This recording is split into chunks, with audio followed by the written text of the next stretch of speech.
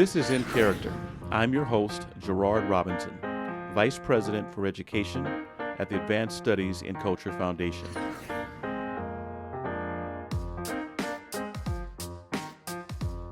Hello, everyone. This is Gerard Robinson. Welcome to another session of In Character. And as you know, I bring together great teachers from not only across the country, but across bodies of water to have conversations about what they do in the classroom, what they do outside of the classroom, what they do for teachers like themselves, what they do for families, and what they do for children. Today's episode in particular, we're going to focus on teaching differently. Now, what do I mean by that? Well, you'll learn about that when we get a chance to meet with our educators. One thing that I always take away from conversations about In Character is that what we think we know about teachers, the teaching profession, and the craft of pedagogy is probably not what we think. I was in school many years ago. How teaching and learning takes place today is a little different, not just because of technology, but also because of the students and the families that we work with today. Also because technology, yes, but how we deliver it.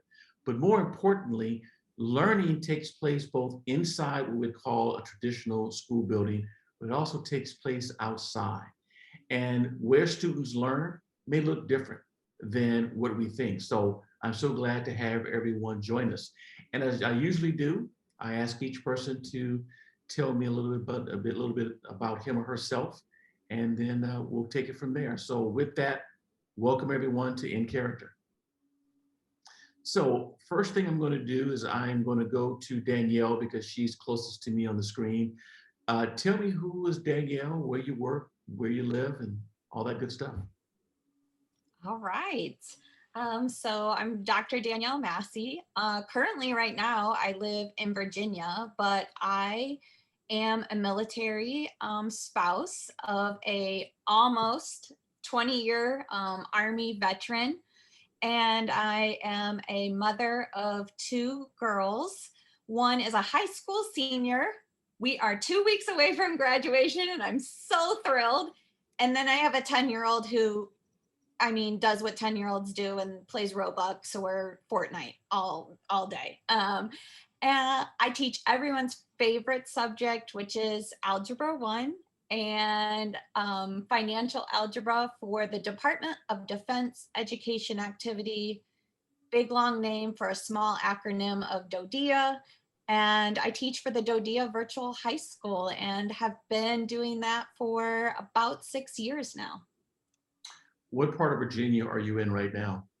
In Northern Virginia, Woodbridge. Actually, my office that I used to go to is down in Quantico Marine Base. So my first time ever being on a Marine base, very different from my Army friends, but whole Army. So the Advanced Studies in Culture Foundation, which sponsors this In Character event, we're located in Charlottesville. So okay. It's always good to see someone else from the home team. Yeah, wonderful. Let's go to Dora.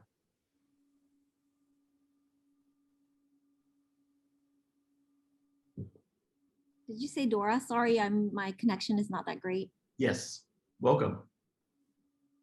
So just tell us a little bit about yourself. Hi, my name is Dora Mira.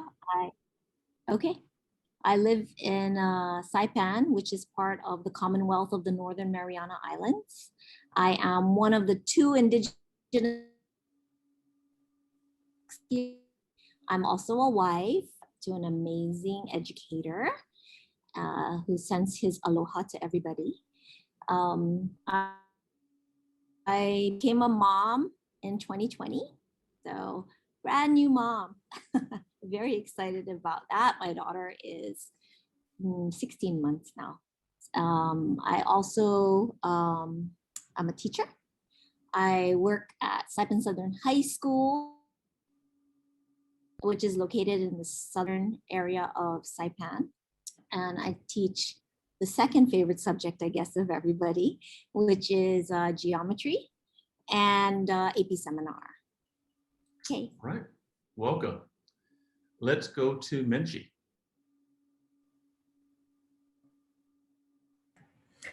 Hola, everybody. My name is Menchi Veray. I live in the beautiful island of Puerto Rico. I live in San Juan, Puerto Rico. I work for DODIA, which is the Department of Defense, just like Danielle. I work at Antilles Middle School, which is in Fort Buchanan. It's in San Juan. I teach 7th and 8th grade special education. I'm a resource room teacher. I teach ELA to 7 and 8. I do learning strategies. I co-teach science, social studies, and sometimes math. I have a wonderful daughter that lives in DC. She's 26 years old. I have a great husband that supports me in every crazy thing I do. I love boating, sailing, anything that has to do with water, and I love to cook, and I'm a foodie. And I know it's kind of a cliche, but I do believe that everybody can learn if they're giving a chance, including us adults. So thank you. Thank you. Let's go to Stephen. Hello, Steve Elza. I teach automotive technology in the northwest suburbs of Chicago. Just like Danielle's oldest, about 2 weeks left of school. I teach freshmen all the way through senior. I have done some adjuncting at the community college level as well. I couldn't agree more that every student can learn, and that's really the beautiful part of what I do is I get to share my passion for the automotive industry, but link it into the bigger picture, the math, the science, the English, the history, which is all tied into what I do. I took a very backdoor route into teaching and 18 years ago, and I wouldn't trade it for the world. So thanks for having me tonight. Yeah. Let's go to Ron. Everybody, I'm going to remove this mask because I feel like I'm getting muffled here. My name is Dr. Ron Canos. I'm from the island of Guam, just a neighbor to Dora, just about an hour away from Saipan. I'm a nationally board certified teacher in art, and I was the island's Guam Teacher of the Year way back in 2008. I feel like this environment, I feel where Danielle's coming from. My kids are all Robloxed out and Fortnite experts, and they should be designing video games at this point. And I do echo what Menchi and Steve are putting out there, that students are so resilient, especially in this environment. I think we can all agree that this environment has tested the limits of both teachers and students, and we're going to come out of this a lot stronger in areas that we never thought we'd be in. So good on for everybody here tonight, and I'm excited about the discussions that are about to happen. Thank you. We're going to turn it over to Susan.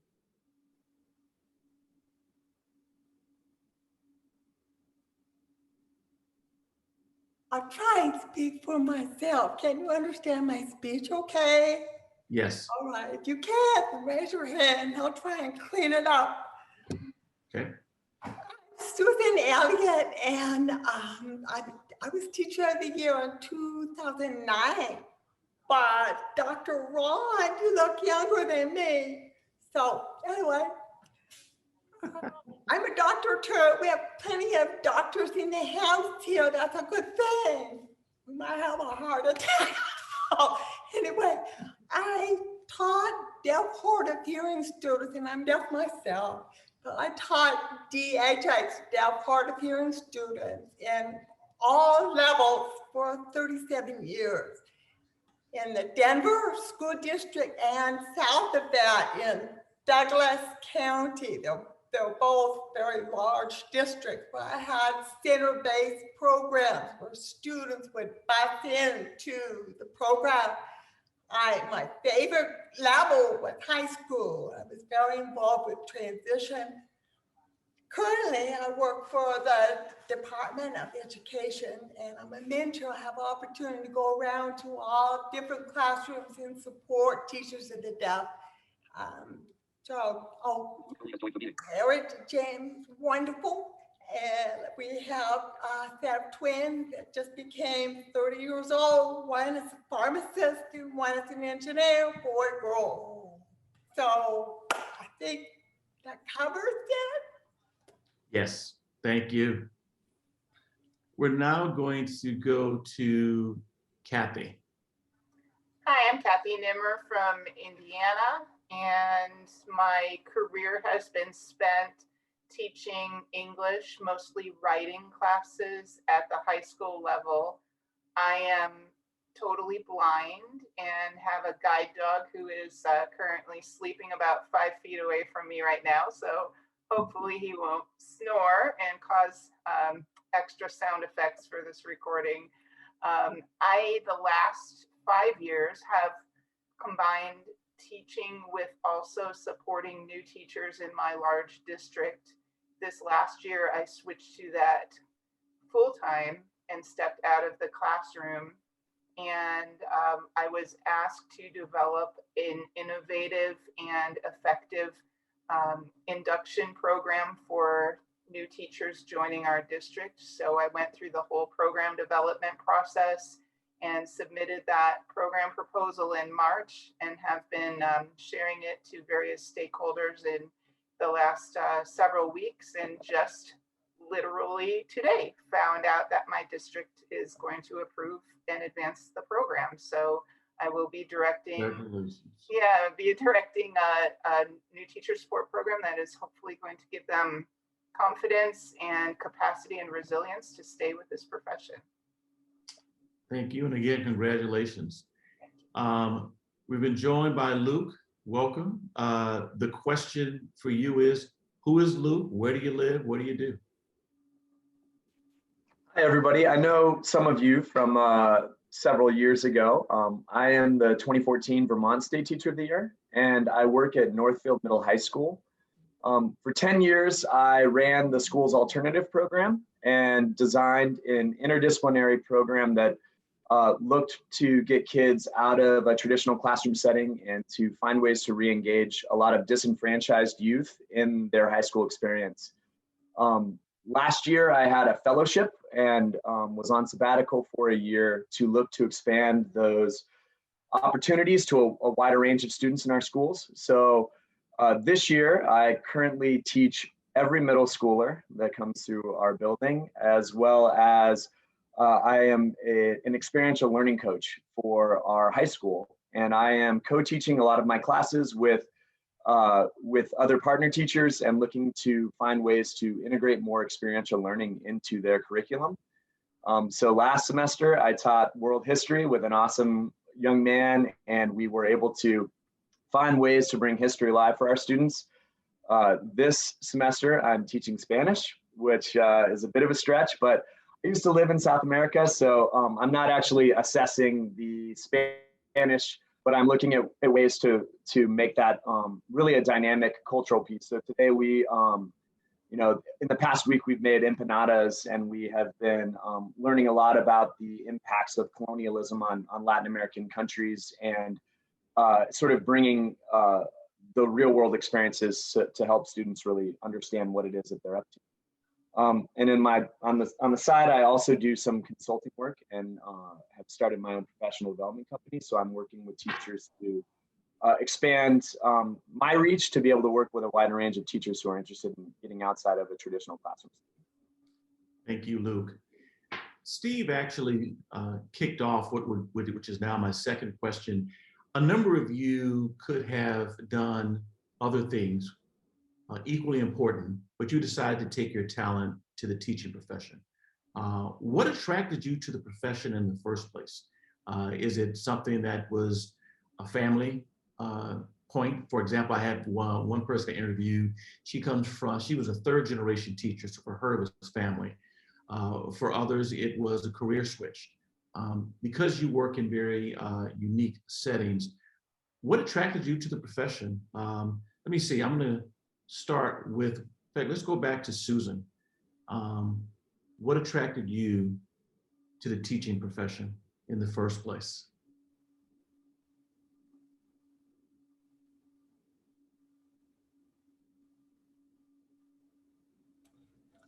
sorry. Why? Well, my hearing loss was progressive, and it was discovered when I was entering kindergarten. Genetic. I became profoundly deaf when I was about 17 years old. At that time, I thought I wanted to be an archaeologist. I wanted to travel the world and dig up things and say, look what I found.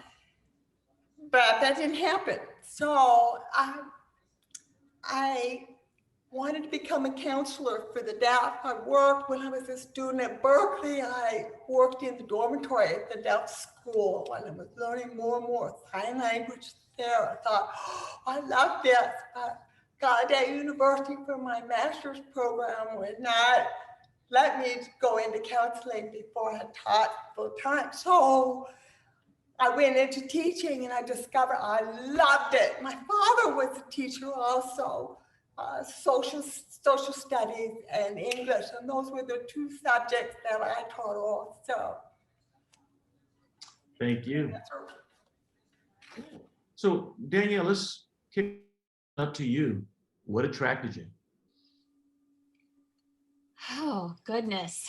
I guess I'd have to go back to in high school. I hated school. I was not a kid that enjoyed going to school. There were some things going on in my home life that, didn't make it seem. I came from a really small town in Ohio. And so everyone knew everything about me, about what was going on in my life, about what was going on in my family life. And I had two amazing female math teachers, which was kind of unusual. Mm-hmm. And they also were my track coaches, and they took me in. I mean, they would make sure I got to school, got home from school. I remember dyeing my hair at one of my coaches' houses, like the things like that are unheard of. Like, I think I would be fired if a kid was over at my house dyeing their hair purple of all colors. And when I got to college, it was just like my dad said to me, okay, you've got to pick something, because being a Dallas Cowboy cheerleader is out of the picture. And that's what I thought I was going to go do. Like, I had been a cheerleader for 7 years. Like, it sounded like a perfect job to me. And he was like, no, you're not doing that. So I said, okay, well, they have really inspired me. I'm really good at math. I had always been really good at math, but I felt like, I'm going to go into teaching, and I'm going to teach it differently. I'm going to teach it in a way that I learned it, that kids are going to relate to, and not be this monumental challenge. And I will say, in all my years of teaching now, close to 20, like, I still feel that way. I still feel like so excited especially when a young lady comes into my class and is like, I hate math. Math is awful. I'm like, oh, you're on my list. Like, by the end of this, you're going to not only love me, you're going to love learning. You're going to love math. And it's really not about like any type of formula for me. It's about building that confidence and getting them to know, like, hey, girls, boys, whatever, whoever you are, like, the learning's never going to stop, even when you are older and much older. So that's my story. Great story. Let me go over to Dora. Same question for you. And are you from where you teach now? Because I know Danielle mentioned Ohio. Are you from where you teach currently? Okay, so I'm from Saipan on Chamorro. This school that I teach at is it's not brand new, but it's relatively new. So I didn't go to this school, but I am from Saipan. When I was in high school, I was debating between winning a Clio, which is what advertisers win if they're amazing advertisers, or running my own school. And so I decided to go to business school because both, I think I could have on either to advertising and move to New York and be far away from this island. I really did not want to be here. This is a very small island. It's 14.5 miles. So a lot of who I was defined by my family, and I did not like that. I did not appreciate the daughter of someone and not being my own person. So I wanted to be really far from here. So I said, okay, I'm going to either move to New York or I'm going to run my school somewhere. So business school, I thought could do that because my business background could help with administration. So after business school, master's in ed admin. Again, I decided to go the route of being an administrator. And through my program at the University of Hawaii at Manoa, I learned that in order to be a good administrator, I really should understand teachers. So I said, oh, great, I have to teach. Okay, so I said, okay, I'll go back to Saipan. I had to pay off some student loans. And one way to do it quickly is to move back here because the loans would be forgiven. And I got a job as an elementary school teacher, 4th grade. And basically, because I had almost no education background except for ed admin, I opened up a book, First Days of School, the Wong. So I think that's what the authors are. And I learned a lot from them. And I fell in love with teaching, tantrums and all. I mean, I was just floored at some of the tantrums that I saw. But that's my road to teaching. And I don't regret this decision. I've loved every minute of it, and I'm not an administrator. That's it. Okay. Thank you. So, Minchi, what attracted you? I was born and raised here in Puerto Rico, and just like Dora, I couldn't, Puerto Rico is too small for me.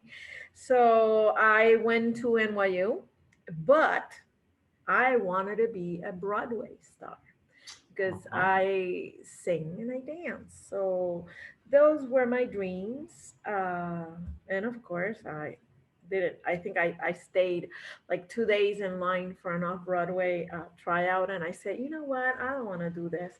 So I took some ed courses and I fell in love with special ed. Furthermore, I fell in love with emotional disturbances. My background is juvenile delinquency. So I when I finished at NYU my master's, my dearest husband, who we were college sweethearts, he was still studying in BU. So I moved to Boston and I started working at the Boston Public Schools. And let me tell you, I had the best time. I fell in love not only with my students, but with the profession, becoming mentor to teachers, even though I was a very young teacher, believe it or not. I've been teaching for 33 years. So, you know, I just fell in love with it. And since then, I haven't had it any other way. I love my students. The more challenging they are, the better for me.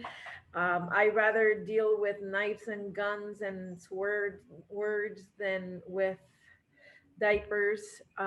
But I guess there's always someone in the world that loves that. And I think I'm that person.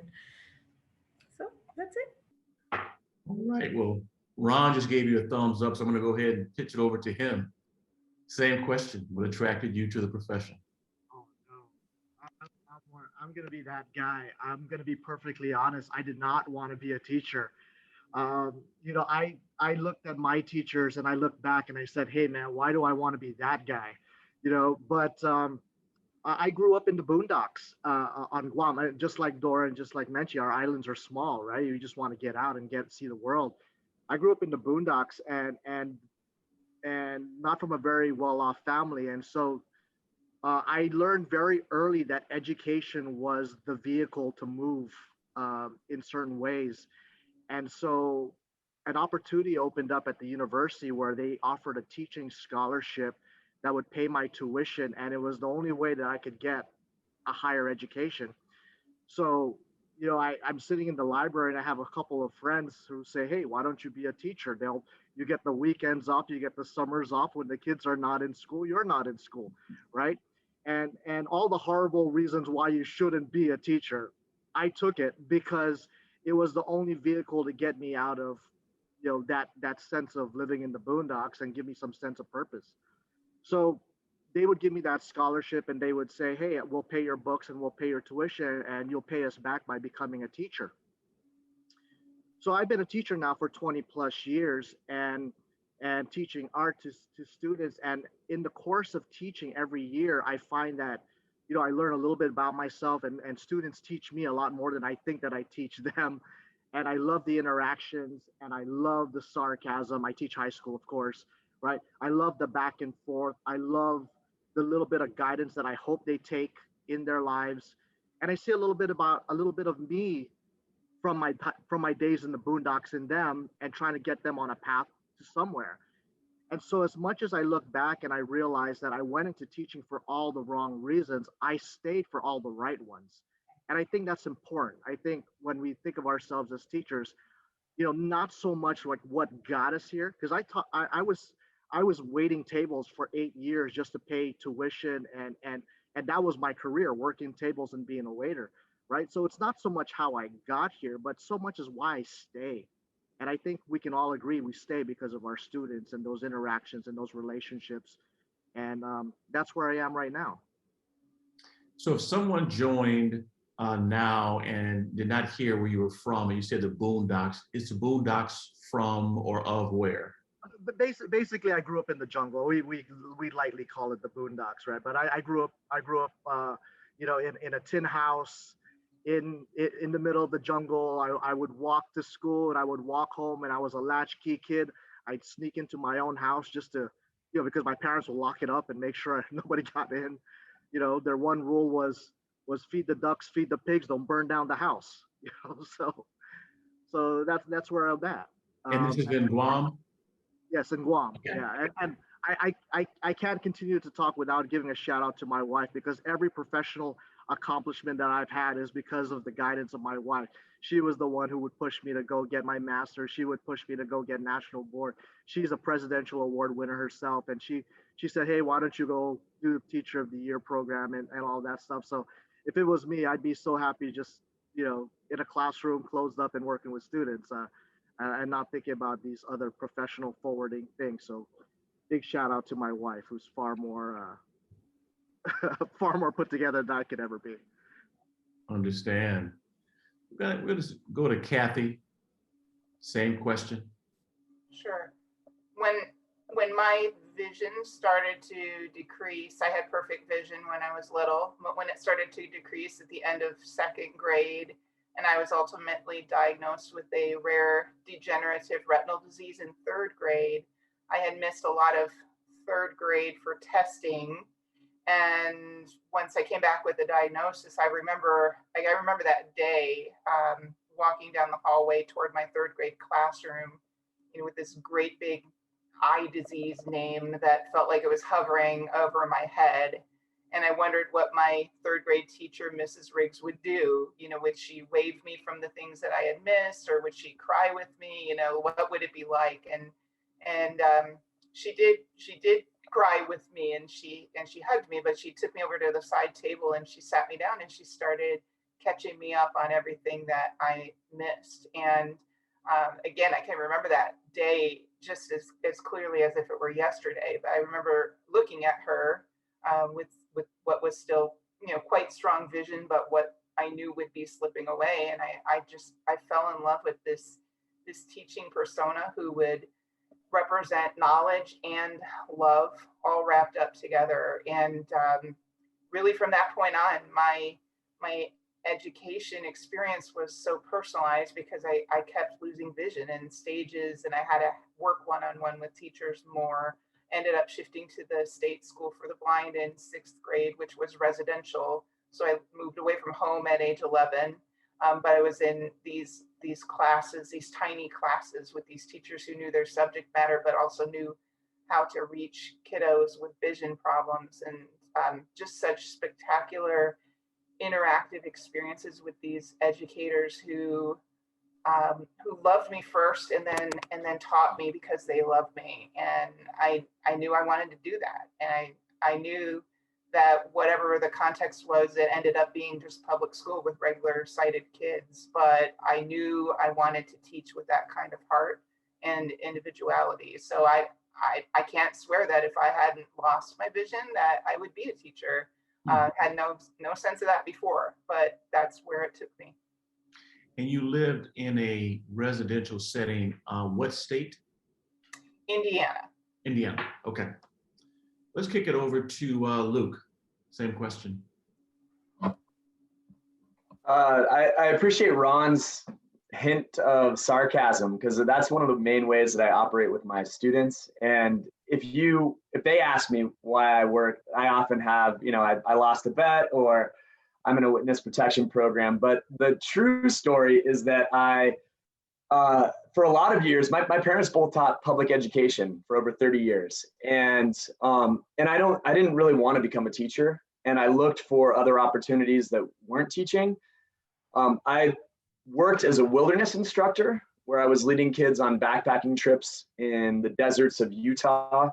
And in the summer months, I disappeared to South America and would lead adventure travel trips for high school kids, where we would snorkel with hammerhead sharks in the Galapagos Islands and hike into Machu Picchu at dawn and zip line through the Amazon, really amazing opportunities. And what I came to feel a little bit disenfranchised with was the idea that there were certain kids that had so many opportunities and so many resources at their disposal.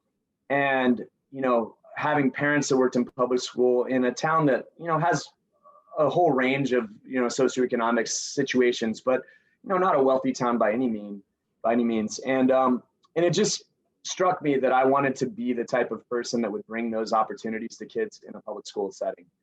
So after 6 years of working as a wilderness instructor and doing a lot of traveling and having some great experiences, I went back to school, got my master's degree. And I've been working now for 10 years in a rural town in Vermont to try to bring those experiences to every kid. And they might not, climb to the top of Machu Picchu at dawn, but we climb mountains and we watch the sunrise and we paddle down rivers and we do really amazing things. And for many of these kids, it's the first time that anybody's taken the time to take them camping or to go outdoors.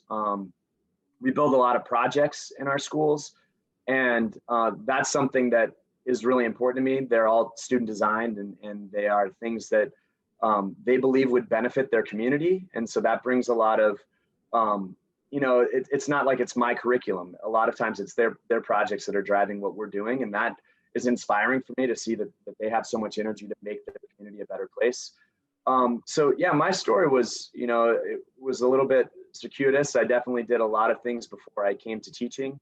But I find that I feel, I'm really passionate about trying to find ways to get kids outside of the classroom to have a different experience, so that, our next generation of young people feel engaged in their communities, they're agents of change, they're citizens and they're stewards, and they not only understand who they are, but they understand what they have to offer the communities that they're a part of. And that, to me, is what keeps me teaching. And the fact that you've worked with young people in South America and now Vermont, you obviously like challenges with weather. So you've lived that too. Let's go to you, Steve. You're the one who kicked it off. Do a little deeper dive into what attracted you to the profession. Yep, absolutely. I had a really unique experience with education, and it was not good to start with. I grew up quite poor. Paper towels were a luxury, but I had a single mother that instilled dedication, hard work, perseverance, grit. She instilled those things into me. And although I didn't often make her proud in elementary, middle school, nor most of high school, I was close to being a dropout. It was a horrible counselor that said, you are terrible at this school thing. We need to find you a job skill. And she sent me to the local tech center, and truly and honestly, she saved my life. I met the one teacher I can say that changed my life, period, end of story. and he accepted me for who I was. When I ditched school, when I didn't show up on time, when my mom knew to call him to find me. And he always accepted me for who I was. And he always said, you know, what do you think about going to school? What do you think about furthering your education? And I would give some explicits of why I was never going to college. And it was literally, I was graduated, it was June. And I said, Jim, I think I'm ready to go check out Southern Illinois. And I ended up going to Southern Illinois University. I got my bachelor's degree in automotive technology.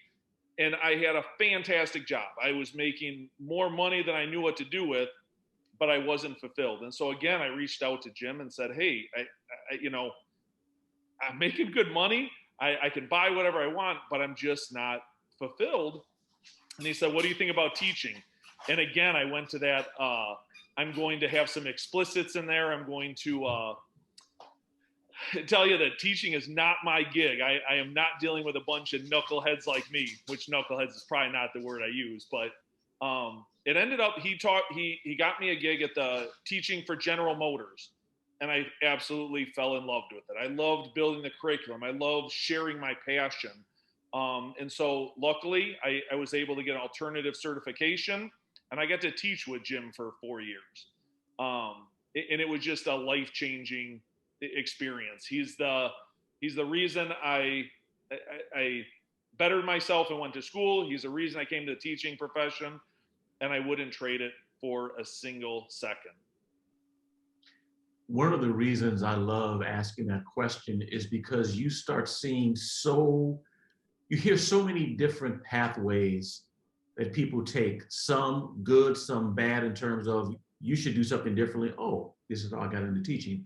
Or coming from a household of educators and everything in between. And I know some of you know each other professionally, but through these conversations, toward the end, we say, I didn't know that that's how you got into teaching, or I didn't know that's what really called you into it. So that's why I like it. Here's a general question, and it's more for me and others who aren't in the classroom right now. A lot of us want to identify, as we say, what works, or we use the term best practices. I think what we really want to get to is to understand how can we take lessons from what you do and share just across the educational spectrum. While we use a theme today, teaching differently, we're also talking about us learning differently. And so when someone says, what are you doing in your classroom to make a difference in the lives of students, but also the lives of families? Because you're doing that as well. How do you answer that question? I won't call on anyone initially. I'll just see who wants to weigh in first. I can jump in. Sure.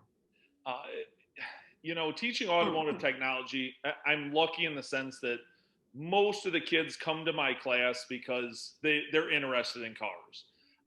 Some of them, the counselors are like, hey, we need to get you into something you want to do, so we get this GPA up. But the majority of the kids want to take my class. And I often like to call it, teaching by trickery, because little do they know that in automotive, we're going to use English, we're going to use math, we're going to use science. And so over the years, being able to work with some of the core subject teachers and being able to integrate some of those real world skills that interest the kids, whether it's automotive technology, or it's woodworking, or it's CAD, but being able to tie that into what they're doing and kind of take those students who often are marginalized or DF students and turn them into students that, okay, now I connect with this. I understand why I want to do it. And that's truly the beautiful part. The other cool part about my classroom is that there is no level to mine. I have kids that come in that have been working with grandma, grandpa, aunt, uncle, brother, sister for years in the garage. And I've got students that literally don't know what a screwdriver is. And that's kind of the beautiful part. And then on top of that, I've got AP students, and I've got the student who's caught on the roof of the school. And so we have this whole messy community that's going on, but it's so much fun to watch, to empower them to experience and kind of fail forward, but also grow that family and support one another, build those relationships. You make an interesting point because in some ways you have more diversity in your automotive piece than we would see in some of the specialized programs in other areas. And number two, I'm so glad you talked about, yes, we'll look at English and math, because somehow for too long, we always said, oh, that's shop or cart shop for those kids, as if somehow working with your hands mean you didn't work with your head. Okay, thanks for being the first one to weigh in. Who wants to follow? I will, if I may. Yeah. I think keeping it real, keeping it to the children's level of interest and teacher friendly. And in my case, I come from a very Spanish background. Um, so we're very hugging, kissing. I love to put red lipstick on people's cheek, right, Danielle? And my students, if they are special, their families are special as well. I take time to listen to each one of my parents, my moms. I have dads that cry to me because they don't know how to handle their son. So, you know, that meme that says that once you were a child, you know, one of my kids, you will forever be one of my kids. Well, it is true. That's what I believe. You have to connect and make it real. Let them know that you truly care, and truly care is not lip service. Truly care is being there when they need you, in the good times and in the bad times. And if a bad time means, okay, we have to go and talk to such and such teacher, I'm going to teach you. Let's practice how we're going to address that teacher. And I don't know, just being there for them and being real. And you earlier mentioned you worked with the term juvenile delinquents, some would say at-risk youth. And you were clear that this is who you want to work with. Oh, definitely. Bringing in the family piece and the dad piece. Men, for a host of reasons, won't want to cry, but the fact that they will cry with you says a lot about you and your openness. Yeah, well, I cry in classroom when I see them reaching their goals, and when they get to be mainstream. You know, we make this huge party, and you know, we throw kisses and all that and that. So it is important, especially in middle school. You know how hormones kick in, and it's a horrible stage. So I love it. I love the middle school kids. You know, so. Yep. Ron, we'll go to you, and then we'll go to Kathy. Yes, I'd like to echo what Steve and Menchie have been touching on. The idea of relationships are important with students. Those real world connections are important for students. And much like Steve, I come from a very diverse island. You know, we're going to have a lot of students that range from socioeconomic to just cultural diversity and cultural backgrounds. What I find is that what they all have in common is that they all want to taste success, and not many of them get it right away in their lifetime. You know, they don't experience that early sometimes. And so when we approach content in that way, where we approach content where say, hey, let's start it off by giving them a taste of success so they can get an idea that they can do it, that they can get an idea that it's possible, right? Like, let's not jump in with the dual equation, you know, let's find X, Y right away, right? Let's throw in a couple of 1+1s in there, and let's see you get a taste of success, and let's build on that.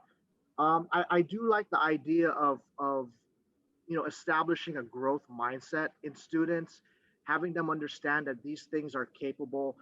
Steve alluded to it earlier, that idea of grit, right? The idea that, you know, you gotta work towards something. And you know, I think it's important for educators to not so much believe their own hype, right? Like, it's not so much our own accomplishments, it's not our own credentials that are important, it's theirs. It's students, their own achievements, their own successes. That's why we stay in what we do. And that's why we remember the teachers that went out of their way to do that for us. And one of the things that I remember, one of the great advice that I remember 20 years ago from a colleague was the idea that, you know, regardless of how many years you've taught, the student body that's in front of you, it's the first time they see you, right? 20 years, 30 years pass, and you might have found some success with your first year, second, fifth year group of students, but the group that's in front of you, it's the first time they see you, right? So be ready to give them the very best that you can, and show them the things that you've learned in your experience. But those relationships are important. One-to-one relationships with students, group relationships with students. And as I said earlier, that's the stuff that's going to keep you in the profession. And you don't need, I'm preaching to the choir at this point, right? But if you're asking me, what we need to emphasize, it's those important things. Right. Preaching to the choir, but you're going to have a very large section in the pew who are hearing this for the first time. Kathy, let's hear from you. I'm certain that my sweet spot in the classroom has always been creative writing. I'm a writer myself. So when I had the chance to start teaching that elective, I jumped at it, and that's really a lot of my teaching identity, a lot of my growth, a lot of my key moments when I think back through my career, they rise from that class. And as everyone else was talking, I'm thinking, yes. Like, I'm thinking about Steve and the diversity in his classroom with the high flyers or the kids who have struggled academically. I get those too in creative writing, and the emotion, the passion, all of that comes in, especially in an elective where there's such a struggle for electives in the arts to stay in the public schools and to remain available for kids of all ages. I wanted to make that creative writing class in particular that safe refuge. And simultaneously, lots of the students who signed up for it, of course, they like to write, but a lot of them were carrying a lot of stuff with them. Many of the best writers have gone through personal tragedies that, of course, have deepened their understanding of emotion and have really carved out how they write and what they write. And that is equally true for teenagers. So there was a lot of baggage, a lot of stories came in the classroom with those students. And here they see a teacher who loves to write, and a teacher who's blind, and still a teacher who's goofy and happy and willing to cry and just willing to celebrate and go deep with them. A teacher who relies on words and description. Oh, if I don't write this well enough, she's not going to know what I'm describing. So they go deeper in their skill to write so I can see the images they're talking about. I don't know. It was just all of this synergy and all this magic and all of these moments. And when they were in my room for that class, the rest of the world dropped away. And if I gave them that once a day for that entire semester, then I felt like I was the giver of a really precious gift. Thank you. Who would like to go next?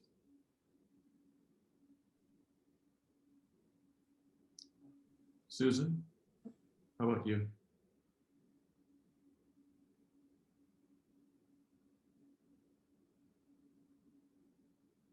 Yes. Oh, no, you're fine.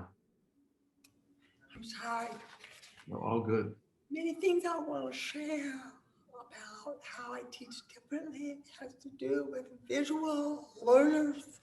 My students in the past were always most of them were raised in homes with hearing people. Their parents were hearing.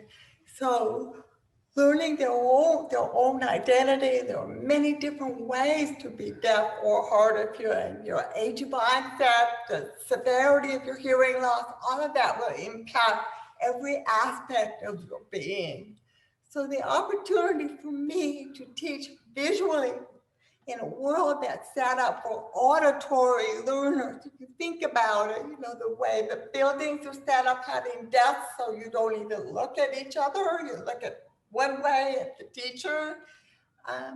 Oftentimes teachers in the general ed classes will be writing on the board, facing the board. They'll have a window behind them, so they're really a silhouette. Well, depending upon where the students are sitting, how they're arranged. In my classroom, I'm very big on maximizing learning, and I do that through project-based learning. And big on that because they have the opportunity to develop those 21st century skills. At the same time, they can learn how to communicate with hearing people later. When they're in my classroom, we have opportunities to learn each other's strengths and build on those and realize that all of the people in the team bring different talents to the group. So I try and build that kind of self-confidence and learn how to advocate for themselves in a nice way when they're out in the hearing community. So they're better accepted in the classrooms that they go into. The year I started teaching was when public schools opened up for deaf students. The deaf community was very opposed to that. But I went ahead and chose to work in mainstream environment because they knew that those deaf students would be maybe the only one in their program. They needed to have role models. They needed to have someone supporting them. So there's so much I could say, but I better stop, right? Question follow-up. What year did deaf students come into, they say, with the mainstream classroom? You mentioned the year. What year was this? 1977 was the year that I graduated with my first master's. And in 77, that was when public law 94142 kicked in. So I was offered positions all over the country. And I picked one that was very strong oral. I started in Denver, where they did not approve of sign language. I'm sign dependent. Even if I didn't want to be, I'm still sign dependent. So I wanted to make sure that everyone has an opportunity to develop their access methods and understand how they learn best. So. Thank you. And that's important because a lot of people who will watch or listen to this will forget that it wasn't always this way. That someone had to be part of the pioneers to open up the door. So thank you for putting that in perspective. 1977, not that long ago. Who would like to go next? Those who haven't spoken yet. Oh yeah, go ahead. Yeah, I think I've said wow a million times hearing all of you speak and share your stories. It really has just given me a moment to like be re-inspired about being in the teaching profession. So I teach in a global classroom. I've been teaching online for DODEA for the last 6 years. And so my students are located in 12 different countries. And they're all military connected. And so the time zones alone I get to see the sunrises over in Guam, and I get to see the sunsets over, here in the United States. The time zones alone make me have to teach differently. But I think what is even more important to me is the students to which I teach and the families to which I teach. So they are military connected, meaning that one or more of their parents is serving our military around the world. Or they could be serving in a civilian role that's supportive to our military. So 1% of our country is in our military, and I get to support these wonderful beings who they didn't have a choice. Like their parents chose to be in the military, not the children. And maybe it's opened up an avenue or a door for them later in life. But at this point, they move 7 to 9 times throughout their educational career. Mm-hmm. And they're the continuous new student. If they get expelled from a school that's overseas, they come to me in the virtual school. If they are homebound due to religious or maybe medical reasons, or even hospital bound due to medical reasons, I get the opportunity to be their teacher. I get the opportunity to help them learn, and I get to learn about all the countries that they're a part of. And so I think Menchie said this, like, I'm real with the students. Like, we say, well, you have to be authentic, you have to be intentional. No, like, that right there is key, because they may never, I mean, it's not even a may never, they will never be in the same room with me. I have never physically been able to give my kids a hug or even a high five. Everything's virtual. So as one of my colleagues says it best, I speak emoji. I'm really great with emojis and GIFs and doing funny videos. I think my kids know more about my shopping habits than anything else, because I am mobile. I teach a lot from my phone. And so the students that are overseas in Bahrain or Ankara, Turkey, when they call me and I'm in Walmart, they're like, please go down the cereal aisle. I want to see all the different kinds of cereals. And it creates then a conversation. I'm very intentional about welcome to our classroom. We will do this together. I sign all of my emails or my messages like always learning, because I'm part of this process. I really express a lot of gratitude to my parents and families and the team of teachers like Menchie, who I have to essentially co-teach with, because she might be in the room with one of my students. And so it's this team aspect, and being able to be intentional and authentic about that gratitude and really meaning it. Like, I'm not fluffing it by any means. I really thank when they write to me, hey, you haven't updated my grades, or I see that my student's missing an assignment. You know, thank you for bringing that to my attention. Let's see what's happening here. Whereas I could react like, what do you mean? I don't have the grades updated. Like, I have a life too. And I think it's easy for me because I am a military spouse. My husband has been deployed. I've had to raise my kids on my own. I know the strength and the exhaustion that my parents go through, but that's not to say that that type of strength and exhaustion doesn't happen outside of the military communities. So I feel like it's really about those relationships. If I don't have those set, I don't show that intentional and authentic part of me, which mostly involves my dog a lot of times, then it doesn't matter how I explain a linear function in any way, shape, or form. It's just going to be like, yep, that's a letter. Okay, next. Oh. I had two friends who went to school in Germany for middle school and part of high school, and then came back to the States. You're absolutely correct. I mean, obviously, but most people are shocked to know that military families will move 9 times. And since we're both in Virginia, I used to work for Governor Bob McDonnell when he was governor.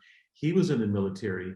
And one of the things he did was to sign Virginia up to the National Military Compact, because we had military families leaving, let's say, California, going to Maine, but their credits wouldn't transfer because the standards in Maine and California were different, not superior or worse, they were different.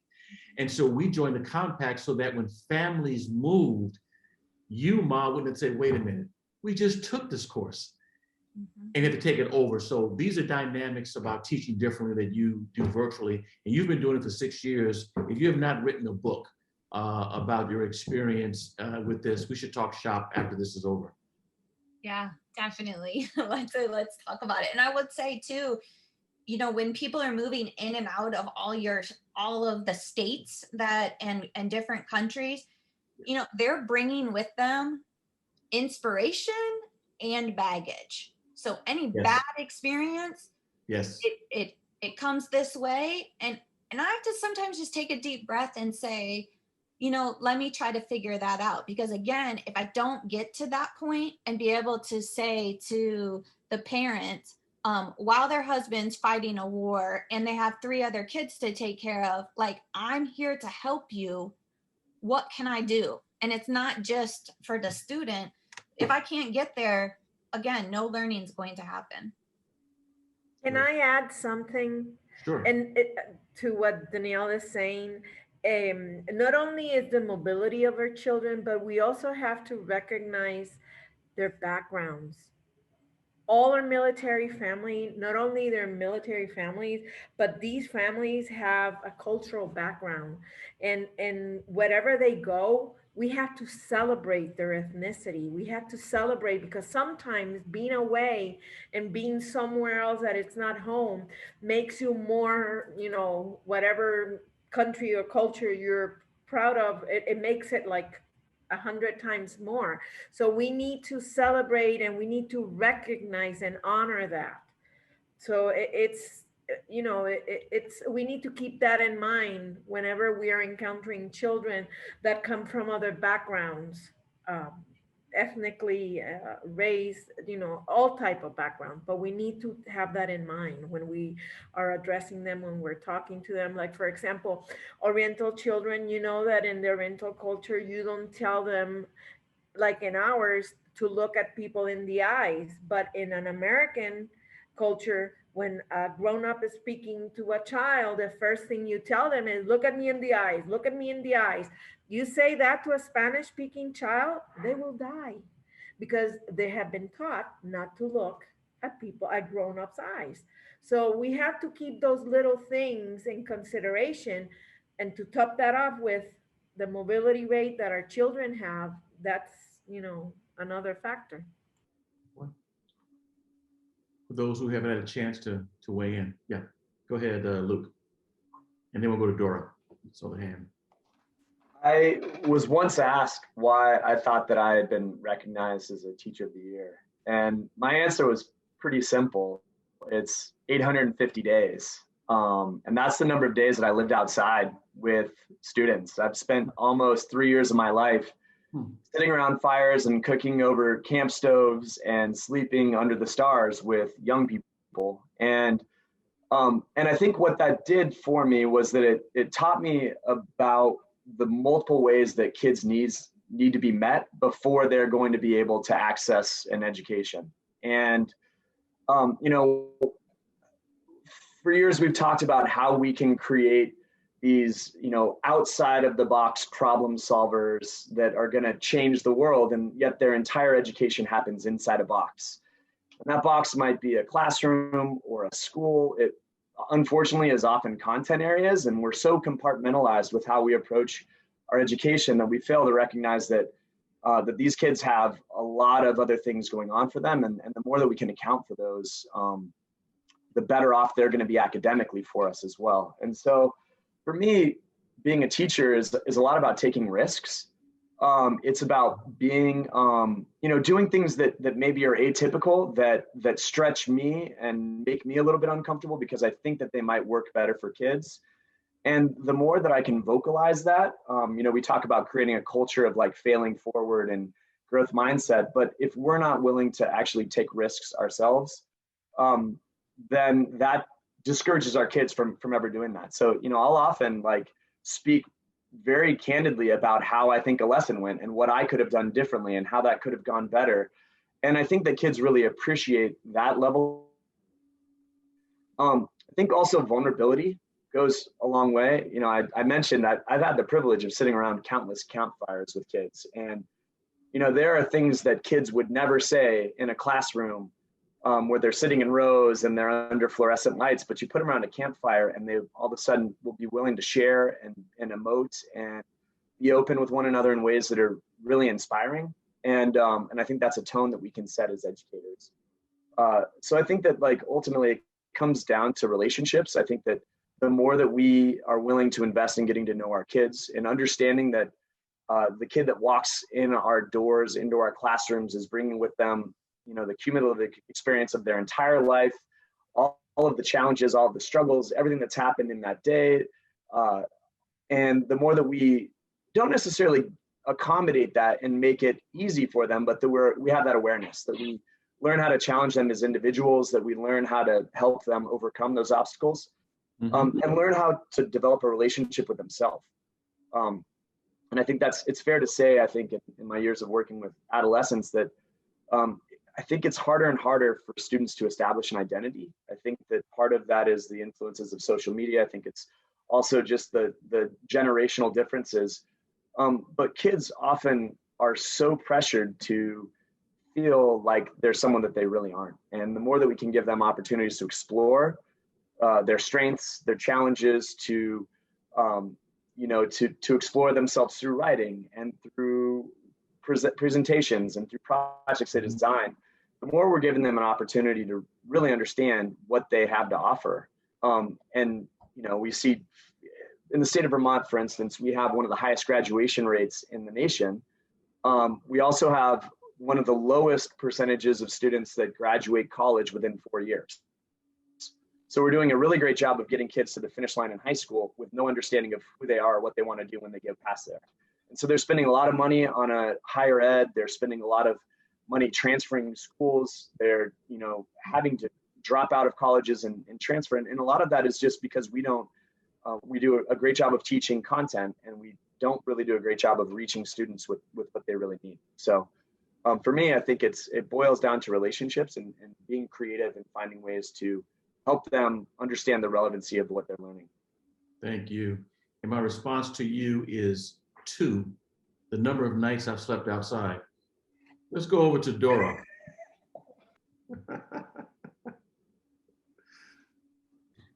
Okay, so yes to connections, yes to tasting success, and definitely yes to relationships. And the way I look at that is I bundle that in the idea of community.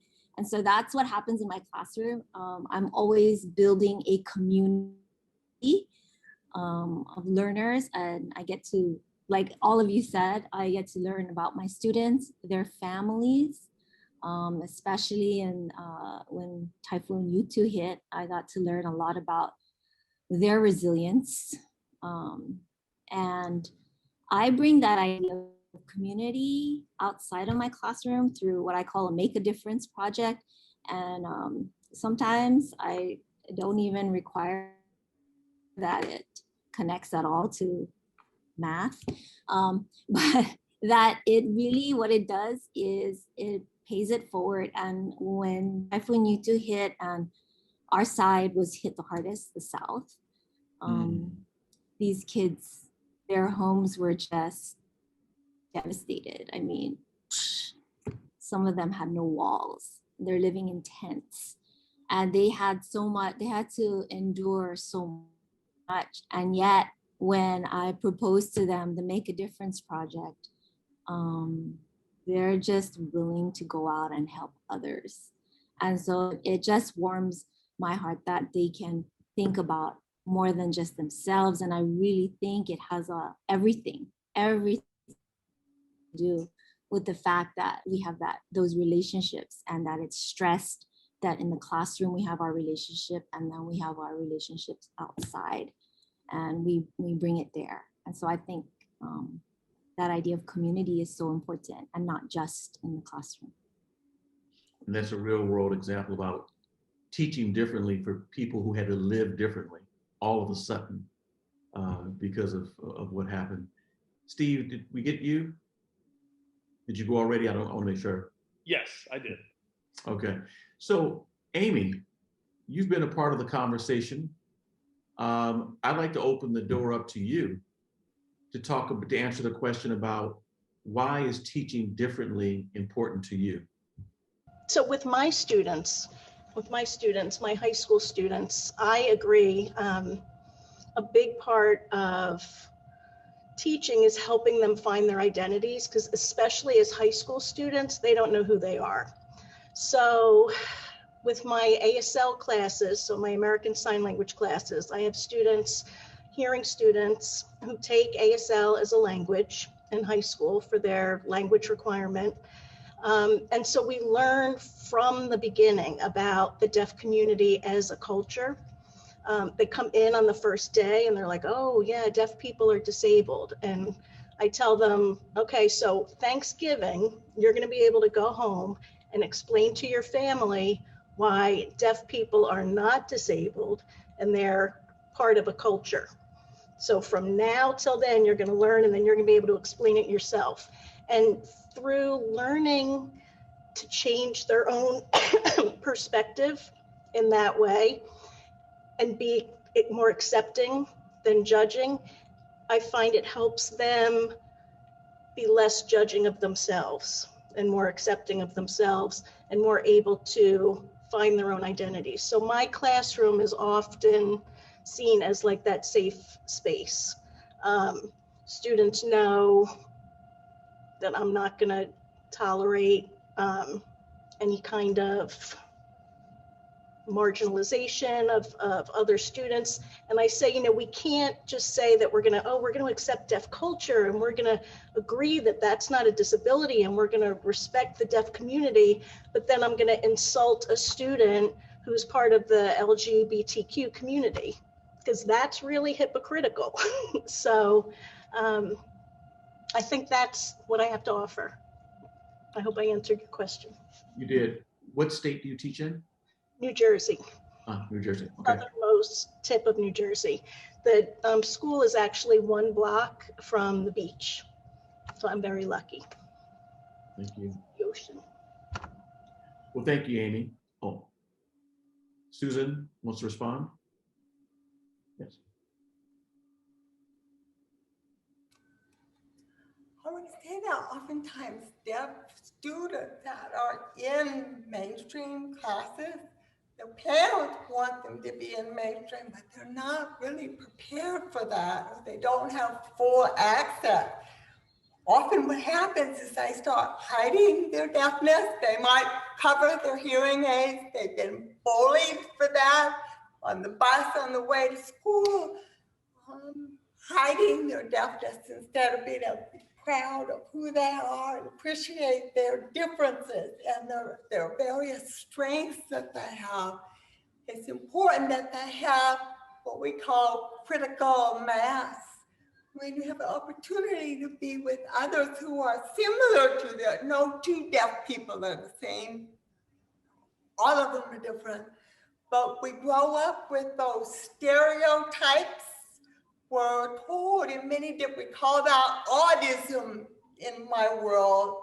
The world set up for hearing people, not for deaf people, not for visual learners. We have teachers in classes who are teaching using a lot of high tech, and students are watching an interpreter, and they're also expected to look at the teacher's screen and listen to what the teacher's saying and manipulate their own computer at the same time.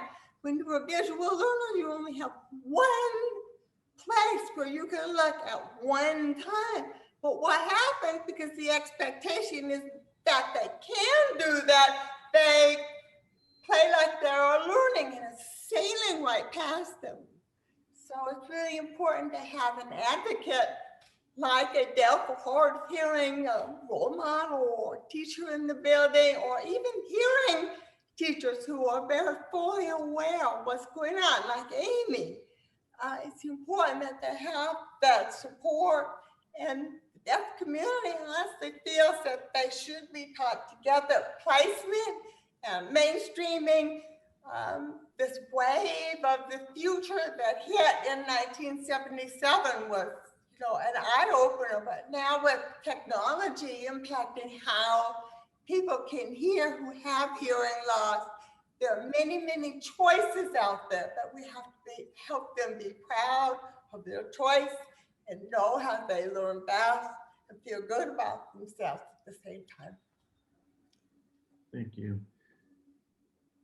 Kathy, as we're getting ready to close, wanted to know if you wanted to provide us with some closing thoughts based upon a number of things you've heard tonight from your colleagues. I am struck constantly by how the thing that I love most as an English teacher and a writer, which is stories. I'm just struck by how we live those stories so diversely, and yet there's overlap. You know, we all have that individual narrative that is our life journey, and we here are in that education theme, or I guess topical focus.